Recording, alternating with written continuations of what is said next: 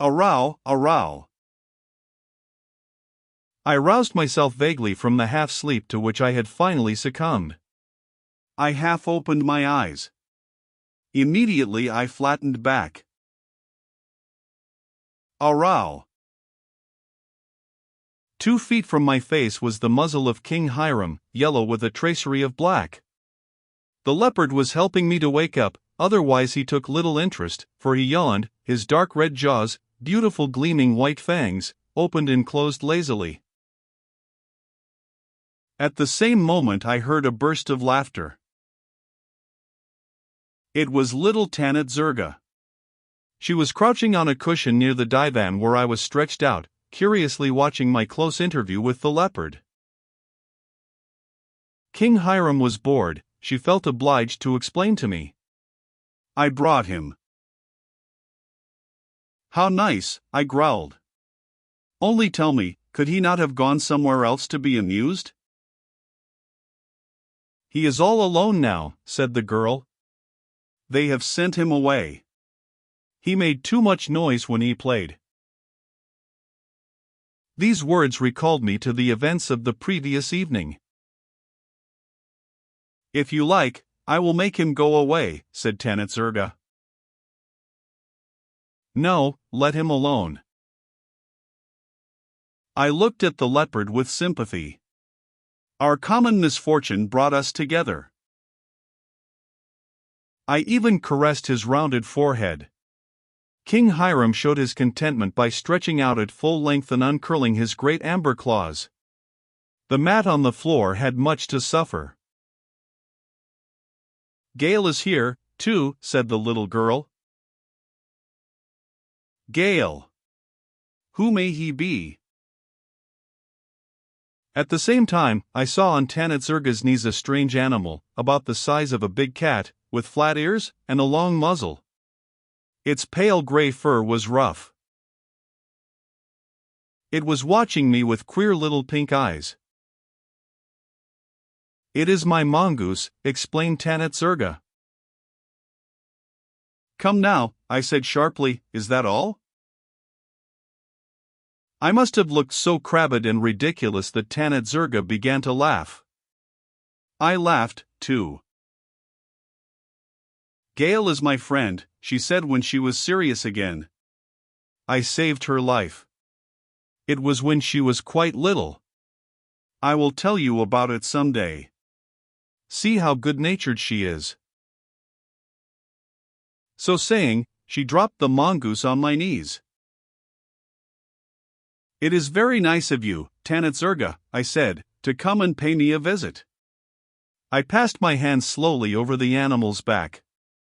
What time is it now? A little after 9. See, the sun is already high. Let me draw the shade. The room was in darkness. Gale's eyes grew redder. King Hiram's became green. It is very nice of you, I repeated, pursuing my idea. I see that you are free today. You never came so early before. A shade passed over the girl's forehead. Yes, I am free, she said, almost bitterly. I looked at Tanit Zerga more closely. For the first time I realized that she was beautiful. Her hair, which she wore falling over her shoulders, was not so much curly as it was gently waving. Her features were of remarkable fineness, the nose very straight, a small mouth with delicate lips, a strong chin. She was not black, but copper-colored. Her slender graceful body had nothing in common with the disgusting thick sausages which the carefully cared for bodies of the blacks become. A large circle of copper made a heavy decoration around her forehead and hair. She had 4 bracelets, still heavier, on her wrists and anklets, and, for clothing, a green silk tunic, slashed in points, braided with gold. Green, bronze, gold. You are a Sanrai, Tanit Zerga? I asked gently. She replied with almost ferocious pride. I am a samurai. Strange little thing, I thought. Evidently this was a subject on which Tanit Zerga did not intend the conversation to turn. I recalled how, almost painfully, she had pronounced that they, when she had told me how they had driven away King Hiram. I am a samurai, she repeated. I was born at Gao, on the Niger, the ancient samurai capital. My fathers reigned over the great Manding Empire. You need not scorn me because I am here as a slave. In a ray of sunlight, Gale, seated on his little haunches, washed his shining mustaches with his forepaws, and King Hiram, stretched out on the mat, groaned plaintively in his sleep. He is dreaming, said Tanit Zerga, a finger on her lips. There was a moment of silence. Then she said, You must be hungry. And I do not think that you will want to eat with the others. I did not answer. You must eat, she continued. If you like, I will go get something to eat for you and me. I will bring King Hiram's and Gale's dinner here, too. When you are sad, you should not stay alone. And the little green and gold fairy vanished, without waiting for my answer. That was how my friendship with Tanit Zerga began. Each morning she came to my room with the two beasts. She rarely spoke to me of Antonia, and when she did, it was always indirectly. The question that she saw ceaselessly hovering on my lips seemed to be unbearable to her, and I felt her avoiding all the subjects towards which I, myself, dared not direct the conversation. To make sure of avoiding them, she prattled, like a nervous little parakeet. I was sick, and this sister of charity in green and bronze silk tended me with such care as never was before. The two wild beasts, the big and the little, were there, each side of my couch, and, during my delirium, I saw their mysterious, sad eyes fixed on me. In her melodious voice, Tanit Zerga told me wonderful stories, and among them, the one she thought most wonderful, the story of her life. It was not till much later, very suddenly, that I realized how far this little barbarian had penetrated into my own life. Wherever thou art at this hour, dear little girl, from whatever peaceful shores thou watchest my tragedy, cast a look at thy friend, pardon him for not having accorded thee, from the very first, the gratitude that thou deservedst so richly. I remember from my childhood, she said, the vision of a yellow and rose-colored sun rising through the morning mists over the smooth waves of a great river, the river where there is water, the Niger, it was. But you are not listening to me.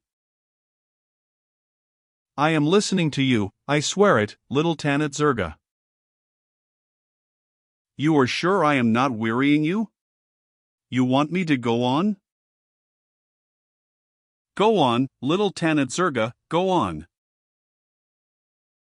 Well, with my little companions, of whom I was very fond, I played at the edge of the river where there is water, under the jujube trees, brothers of the zigzag, the spines of which pierced the head of your prophet, and which we call the tree of paradise, because our prophet told us that under it would live those chosen of paradise. Wink with a frown 15, and which is sometimes so big, that a horseman cannot traverse its shade in a century.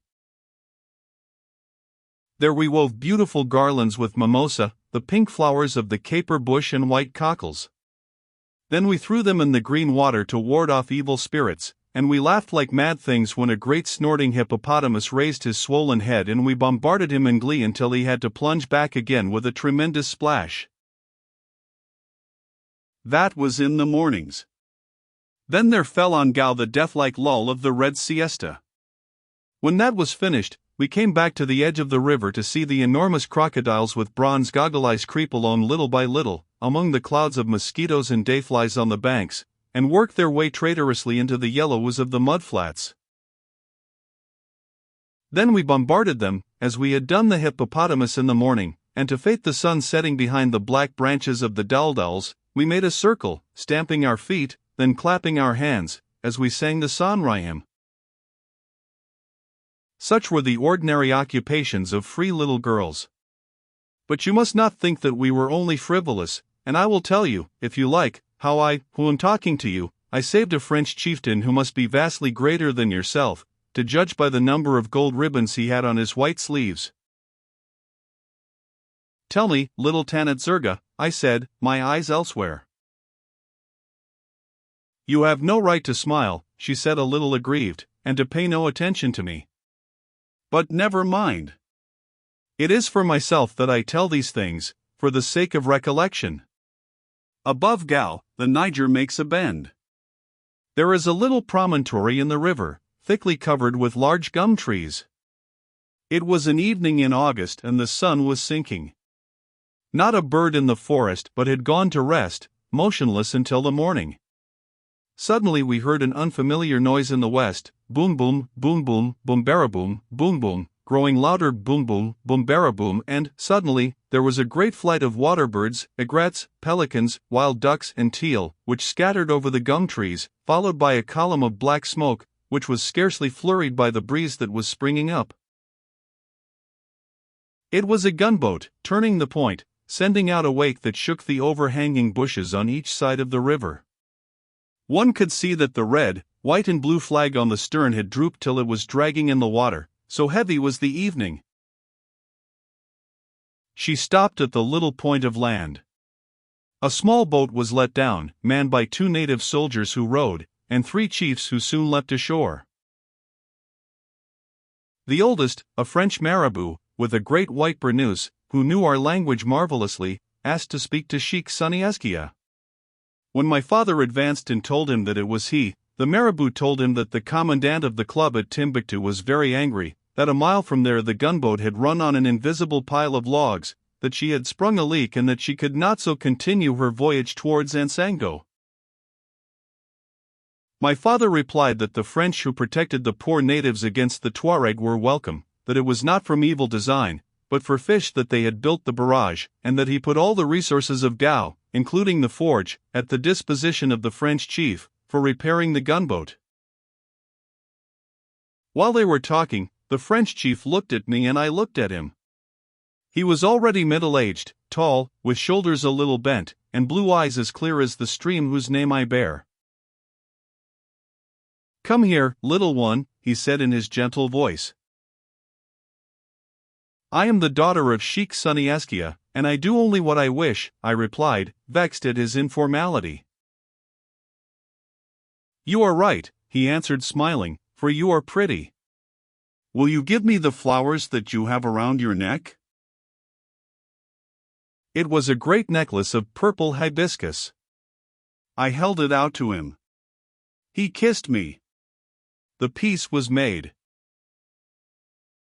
Meantime, under the direction of my father, the native soldiers and strong men of the tribe had hauled the gunboat into a pocket of the river.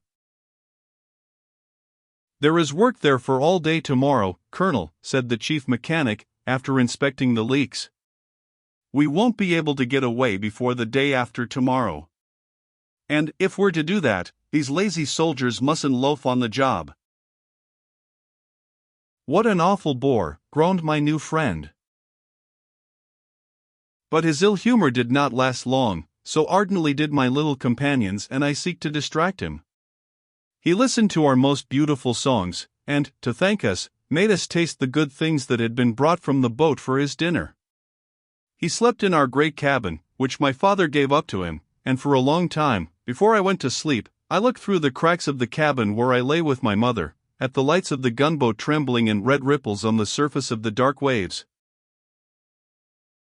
That night, I had a frightful dream. I saw my friend, the French officer, sleeping in peace, while a great crow hung croaking above his head. "Caw, caw, the shade of the gum trees of Gao, caw, caw, will avail nothing tomorrow night, caw, caw, to the white chief nor to his escort."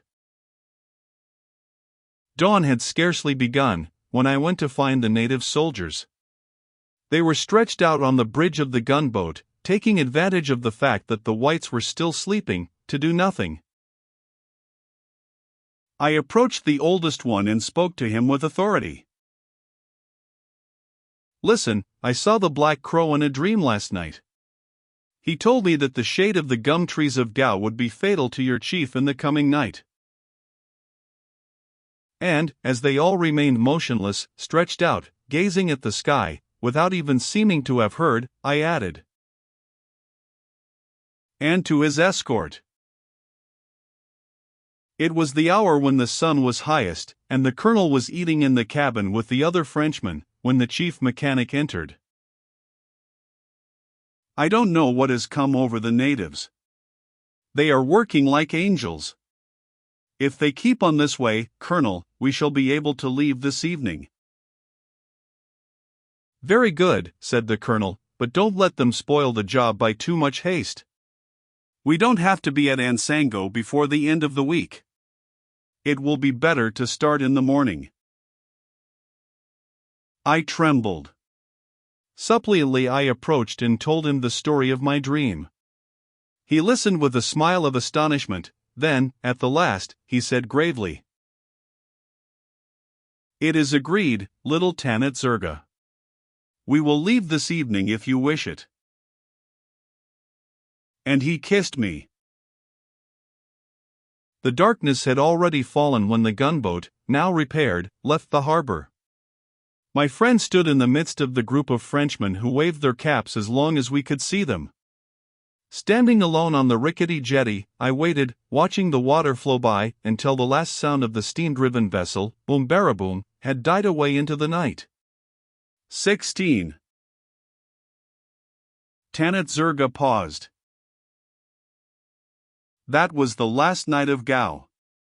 While I was sleeping and the moon was still high above the forest, a dog yelped, but only for an instant. Then came the cry of men, then of women, the kind of cry that you can never forget if you have once heard it. When the sun rose, it found me, quite naked, running and stumbling towards the north with my little companions, beside the swiftly moving camels of the Tuareg who escorted us. Behind, followed the women of the tribe, my mother among them, 2 by 2, the yoke upon their necks. There were not many men. Almost all lay with their throats cut under the ruins of the thatch of Gao beside my father, brave Sonny Eskia. Once again Gao had been razed by a band of Awelamitan, who had come to massacre the French on their gunboat. The Tuareg hurried us, for they were afraid of being pursued. We traveled thus for 10 days, and, as the millet and hemp disappeared, the march became more frightful. Finally, near Isakarien, in the country of Kidal, the Tuaregs sold us to a caravan of Tarzan Moors who were going from Bamrock to Rat. At first, because they went more slowly, it seemed good fortune. But, before long, the desert was an expanse of rough pebbles, and the women began to fall. As for the men, the last of them had died far back under the blows of the stick for having refused to go farther. I still had the strength to keep going, and even as far in the lead as possible, so as not to hear the cries of my little playmates. Each time one of them fell by the way, unable to rise again, they saw one of the drivers descend from his camel and drag her into the bushes a little way to cut her throat. But one day, I heard a cry that made me turn around. It was my mother. She was kneeling, holding out her poor arms to me. In an instant I was beside her. But a great Moor, dressed in white, separated us. A red Moroccan case hung around his neck from a black chaplet. He drew a cutlass from it. I can still see the blue steel on the brown skin. Another horrible cry. An instant later, driven by a club, I was trotting ahead, swallowing my little tears, trying to regain my place in the caravan. Near the wells of Aiju, the Moors were attacked by a party of Tuareg of Keltesholet, serfs of the great tribe of Kelrila, which rules over Ahagar. They, in their turn, were massacred to the last man. That is how I was brought here, and offered as homage to Antonia, who was pleased with me and ever since has been kind to me. That is why it is no slave who soothes your fever today with stories that you do not even listen to, but the last descendant of the great Sonrai emperors, of Sunni Ali, the destroyer of men and of countries, of Muhammad Askia, who made the pilgrimage to Mecca, taking with him 1,500 cavaliers and 300,000 mithqal of gold in the days when our power stretched without rival from Chad to Tut into the western sea, and when Gao raised her cupola, sister of the sky, above the other cities, higher above her rival cupolas than is the tamarisk above the humble plants of sorghum.